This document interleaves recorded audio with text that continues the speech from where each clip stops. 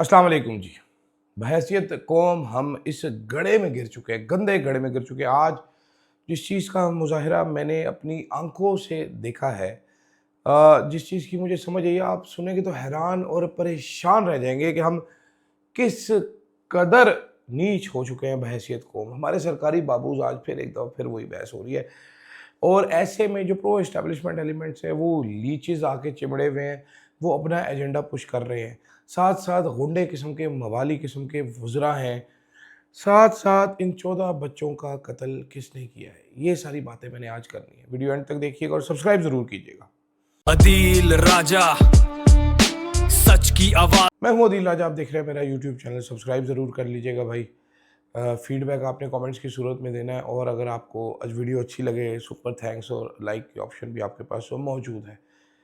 जनाब आला, पिम्स में आपको मालूम है, सारा पूरे पाकिस्तान के बच्चे बच्चे को मालूम है कि पाकिस्तान का जो सेफ सिटी बनाया गया है, जो सबसे सो कॉल्ड एडवांस्ड और सिक्योर सिटी है, वहाँ पर सरकारी हॉस्पिटल जो सबसे बड़ा है, जिसका नाम है पिम्स, उधर एक आग लगती है। 14 मासूम बच्चे, वो बच्चे कि जिनका नाम नहीं है, उनका निशान तक मिटा दिया गया। वो सुना होगा ना मुहावरा आपने कि नामो निशान मिटा के रख दूंगा। आज प्रैक्टिकली इन बच्चों का नाम और निशान मिटा दिया गया, क्योंकि इन बच्चों का अभी तक नाम भी नहीं रखा गया था। ये इसका बच्चा और उसका बच्चा, बेड नंबर 1 का बच्चा, बेड नंबर 2 का बच्चा, बेबी नंबर 1, बेबी नंबर 2 ही थे ऑफिशियली। मिटा दिया गया। उसके बाद शुरू हुआ एक ड्रामा। वो ड्रामा क्या था, मैं आपको समझाता हूँ। अलीना शिगरी साहिबा पहुंची हॉस्पिटल। उन्होंने एक जीबी गिल सॉरी केपी से ताल्लुक़ रखने वाले एक साहब थे, उनके जुड़वां बच्चे पैदा हुए थे। उनका इंटरव्यू किया। उन्होंने कहा कि भाई बच्चों की लाश के नाम पे, मैयत के नाम पे हमें जले हुए 2 कोयले के टुकड़े शॉपर में डाल के कपड़े में लपेट के पकड़ा दिए कि ये तुम्हारे बच्चे हैं, हम उनको दफन करके आए। मुझे आप ये बताइए ज़रा कि जो हालात आपने देखी है, जो फुटेज आप देख रहे हैं, इंतज़ामिया को, पिम्स की इंतज़ामिया को कैसे पता चला होगा कि किसका कौन सा बच्चा है? हुआ क्या है?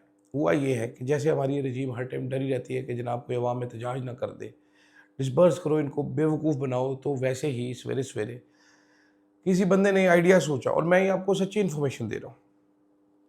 किसी बाबू, किसी साहब ने आइडिया सोचा कि भाई यहाँ पर तो रोला मच जाएगा, ये लोग वो करेंगे, फ़ौरन से पहले इनको मैयतें पकड़ाओ। तो जनाबे वाला जो हाथ में आया वो लपेट के पकड़ा दिया कि ये तुम्हारा बच्चा है, ये तुम्हारा बच्चा है, ये तुम्हारा बच्चा है। वरना मुझे आप ये बताइए, पूरी वार्ड जल कर खाकस्तर हो गई, सब कुछ राख हो गया। इनको कौन सी तार आई है कि किसका बच्चा कौन सा है? और उमर दराज गोंदल साहब वहाँ पर मौजूद थे, जिस खुफिया तरीके से फैमिलीज़ को हरासा करके बाकायदा घसीट के एम्बुलेंसेज में डाल डाल के घरों को भेजा जा रहा था, रवाना किया जा रहा था कि लेके निकलो। पुलिस के हसार में ये क्या हो रहा था? तो ये सारा ड्रामा किया गया। नोबडी नोज़ कि उसके बच्चे की मैयत उसको दी भी गई है कि नहीं दी गई, उनके पास कोई तरीका नहीं है, डीएनए कर नहीं रहे। ये है हमारी हुकूमत की असलियत।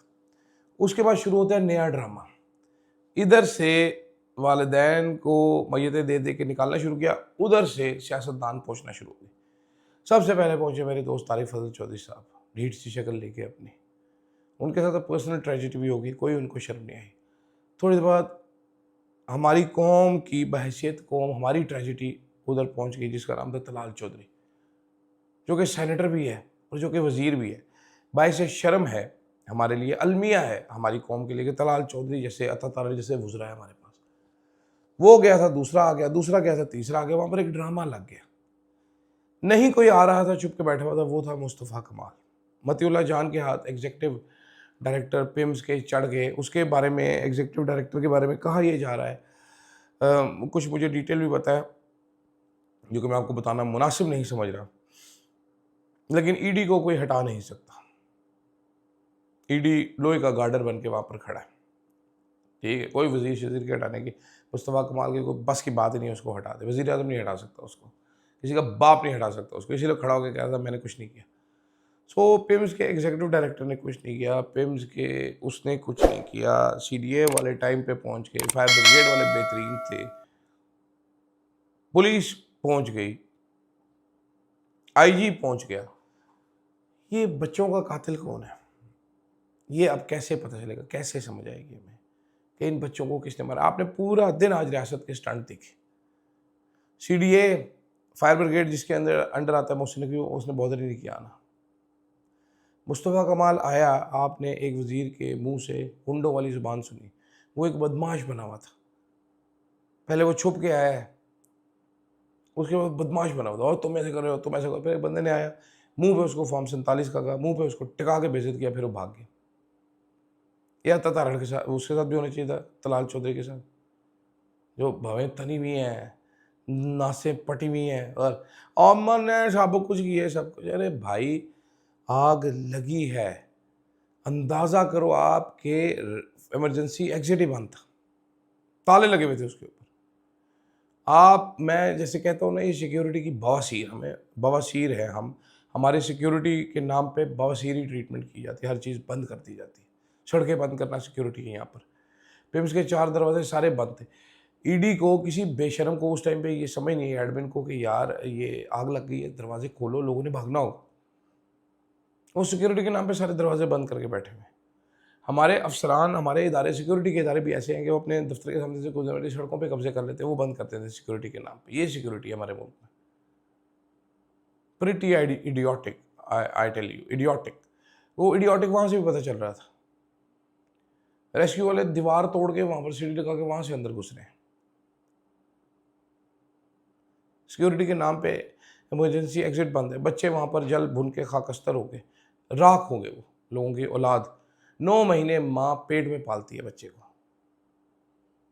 ठीक है, और कोई जिम्मेदारी लेने के लिए तैयार नहीं। जो चीफ कमिश्नर है इस्लामाबाद का, वो साहब, लाट साहब, कैप्टन रिटायर्ड है, ये फौज से रिटायर्ड होकर इधर हमारे सर पे मुसल्लत हो गए। इंतहाई नालायक आदमी। आज मुझे पता चल गया, छुट्टी वाले दिन सवेरे सवेरे शेव करके सूट पहन के खड़ा है वो सूट पहन के, आवाम से उसका डिस्कनेक्ट देखो, सूट पहन के खड़ा है। वो कह रहा है जी हमने तो इतने बजे कर दिया था, हमने तो ये कर दिया, हमने वो तो क्या कर दिया था तूने यार।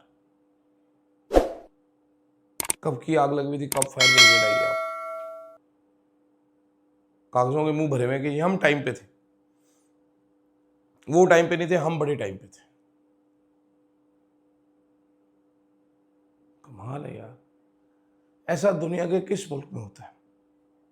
वज़ीर आज़म साहब सेक्रेटरी हेल्थ को मुअत्तल कर रहे हैं, वो भी 4 महीने 120 दिन के लिए। उसको क्या उखाड़ लोगे तुम सेक्रेटरी का? तुम उसको दरखास्त डिसमिस करो ना फ्रॉम सर्विस। मोहसिन नकवी को तुमने क्या कह लिया? ईडी को तुमने क्या कह लिया?